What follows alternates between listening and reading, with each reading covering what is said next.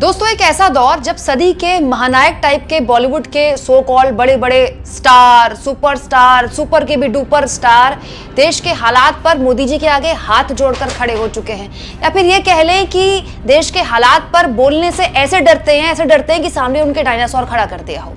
एक सलाम तो बनता है इस हीरोइन के लिए, विद्या बालन। दोस्तों, विद्या बालन उन कुछ चुनिंदा एक्टर्स में से हैं जो कि न केवल अपनी सादगी बल्कि अपने हुनर के लिए भी हमेशा से मुझे बहुत पसंद रही है विद्या बालन। दोस्तों, विद्या बालन ने जो ठीक चुनाव के बीच देश की पॉलिटिक्स पे जो बात बोली है, और वो पॉलिटिक्स कैसे एक सितारे को, एक सेलिब्रिटी को, एक स्टार को प्रभावित करती है, वो इतनी साफगोई वाली बात है ना कि इसको बोलने में भी हमारे सो कॉल्ड बहुत बड़े बड़े स्टार्स के पसीने छूट जाएंगे। दोस्तों, विद्या बालन ने अनफिल्टर्ड बाय समदीश को इंटरव्यू दिया है। आप इन्हें सोशल मीडिया में काफ़ी पसंद करते होंगे, आप इनके कई इंटरव्यूज देखे होंगे। तो बहुत विस्तार से विद्या बालन ने किस तरह से धर्म के नाम पर हमारी पॉलिटिक्स अब बढ़ चुकी है, हमारा समाज किस तरह से ध्रुवीकृत हो चुका है और ये कितना डरावना है, किस लेवल पर पहुंच गया है कि स्टार को डराता है, उस पर विस्तार से बात की है। और खास तौर पर मंदिर में चंदा एक एक्टर के तौर पर, एक इंसान के तौर पर वो विद्या बालन देती है कि नहीं देती है, उस पर जो विद्या बालन ने जवाब दिया ना दोस्तों, आगे जो मैं आपको बताऊंगी वो तो और ज्यादा सुनने लायक है। मुझे लगता है कि हम निश्चित रूप से ज्यादा ध्रुवीकृत हैं। एक राष्ट्र के रूप में पहले हमारी कोई धार्मिक पहचान नहीं थी, लेकिन अब मुझे नहीं पता क्यों, ये सिर्फ राजनीति नहीं है, ये सोशल मीडिया भी है, क्योंकि हम सभी इस दुनिया में खो गए हैं और एक पहचान की तलाश में है जो हमारे पास नहीं है। ये स्वाभाविक रूप से है और हम सब खुद की पहचान के लिए चीज़ों की तलाश कर रहे हैं। जो बात विद्या बालन ने बोली दोस्तों, बहुत ही महीन बात है। केवल ये जो ध्रुवीकरण का जो एक पूरा सिलसिला है ना, ये शुरू राजनीति से हुआ था। 2014 के बाद शुरू राजनीति से हुआ था, लेकिन धीरे धीरे आप देखिए सोशल मीडिया में भी उन्हीं इन्फ्लुएंसर्स को अचानक से उनकी रीच बढ़ गई। अचानक से ऐसे बहुत सारे यूट्यूबर्स पैदा हो गए, ऐसे बहुत सारे इंस्टाग्राम में रील बनाने वाले आ गए जो खुद को एक खास धर्म विशेष के करीब बताते हैं और एक खास धर्म के खिलाफ तमाम तरह की वो वीडियोस बनाते हैं। ऐसे इन्फ्लुएंसर्स की अचानक से सोशल मीडिया में पूछ बढ़ गई, उनके फॉलोअर्स बढ़ गए। जो बात एग्जैक्टली विद्या बालन कह रही हैं, आगे विद्या बालन जो बात बोलती हैं दोस्तों, वो तो और गंभीर है। विद्या बालन कहती हैं, अगर कोई मुझसे किसी धार्मिक ढांचे के निर्माण के लिए चंदा मांगता है तो मैं कभी चंदा नहीं देती। मैं कहती हूँ कि आप अगर अस्पताल, स्कूल या शौचालय बना रहे हैं तो मैं खुशी खुशी योगदान करूंगी, लेकिन अब धार्मिक संस्थानों के लिए नहीं।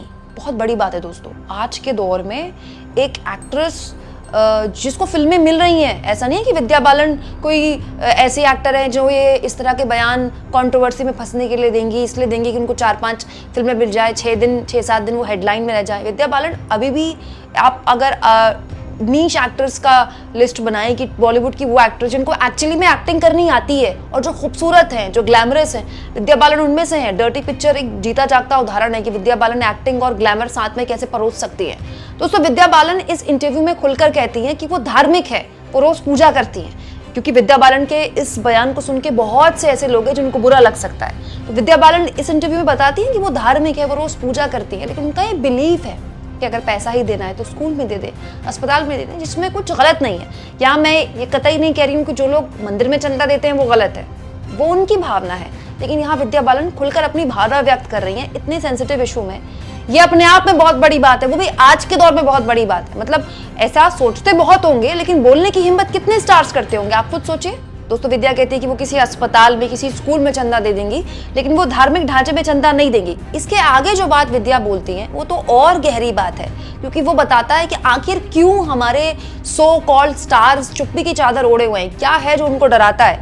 विद्या बालन बताती है, राजनीति से बहुत डर लगता है। विद्या बालन कह रही है इस इंटरव्यू में, फिर हमको बैन कर देते हैं, तो शुक्र है कि मेरे साथ ऐसा नहीं हुआ, लेकिन अब एक्टर्स सावधान हो गए राजनीति के बारे में बात करने के बारे में, क्योंकि आप नहीं जानते कि कौन नाराज हो जाए। खासकर किसी फिल्म की रिलीज के आसपास 200 लोगों का काम दांव पर होता है। इसलिए मैं सिर्फ इतना कहना चाहती हूँ कि मुझे राजनीति से दूर रखें। ये सोशल मीडिया के कारण हो रहा है, लोग हर बात पर बुरा मान जाते हैं, वो इन मामलों पर भी अपना इनपुट देते हैं जिनके बारे में उन्हें ज्यादा जानकारी नहीं है। इसीलिए बेहतर होगा कि आप अपना मुंह बंद कर लें और काम करते रहें। तो क्या ये वजह है कि जितने बड़े स्टार्स हैं वो बिल्कुल चुप हो गए? क्योंकि विद्या बता रही हैं कि ऐसा कई स्टार्स के साथ हुआ, और जो विद्या बता रही है वो गलत नहीं है। मतलब इस देश में करीब 25 साल 30 साल जिस स्टार शाहरुख खान ने राज किया, पूरी की पूरी बॉलीवुड की इंडस्ट्री में राज किया, भारत में ही नहीं, भारत के पड़ोसी मुल्कों में ही नहीं, ओवरसीज भारत दुनिया के कई मुल्कों में शाहरुख खान का स्टारडम है।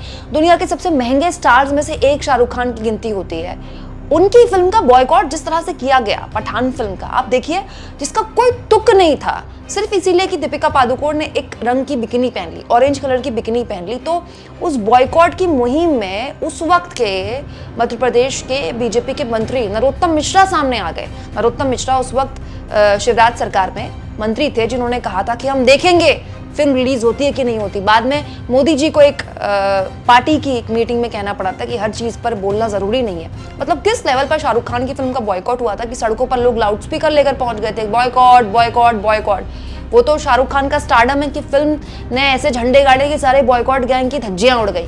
लेकिन ये शाहरुख खान अकेले नहीं है। शाहरुख खान का इतना बड़ा स्टारडम है कि अपने दम पर फिल्म खड़ी कर सकते हैं और बॉयकॉट गैंग से लड़ सकते हैं। लेकिन उसके अलावा ऐसे बहुत से स्टार हैं जिनका इतना बड़ा स्टारडम नहीं है। उनके लिए क्या ये बात फिट बैठती है? और अगर फिट बैठती है दोस्तों, तो फिर अमिताभ बच्चन को आप किस श्रेणी में रखेंगे? क्योंकि अमिताभ बच्चन 2014 से पहले बहुत बोला करते थे। अमिताभ बच्चन, अनुपम खेर, जूही चावला, ये सब तो बड़ी बड़ी बातें किया करते थे महंगाई के मुद्दे पर, डॉलर के मुकाबले रुपए के गिरने पर। अब सबके सब चुप हो गए। मतलब विद्या बालन जो बात बोल रही हैं वो अमिताभ बच्चन तो बहुत आसानी से बोल सकते हैं। विद्या बालन तो हर लिहाज से अमिताभ बच्चन से स्टारडम के मामले में और अनुभव के मामले में कम ही आका जाएगा ना उनको। लेकिन अगर विद्या बालन ये बात बोल सकती है तो अमिताभ बच्चन को कौन सी चीज है जो डरा रही है? पिछले हाल के 10 सालों में अमिताभ बच्चन की चुप्पी न केवल डराती है, बल्कि जो उसी इंडस्ट्री के बाकी लोग हैं उनके सामने भी एक उदाहरण रखती है कि जो इतना बड़ा स्टार चुप हो गया, हम क्यों बोले?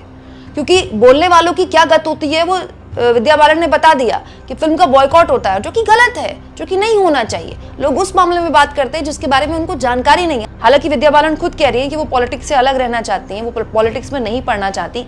लेकिन जब एक एक्ट्रेस, इस लीग की एक्ट्रेस खुद आकर बोले कि ध्रुवीकरण बढ़ गया है समाज में, धर्म को लेकर शोर बढ़ गया है, अब लोग बड़ी बेसब्री से कोई ऐसी चीज तलाश रहे हैं जो उन्हें पहचान दे सके। ये कितनी गंभीर बात है, कितनी गहराई वाली बात दोस्तों विद्या बालन ने बोली है।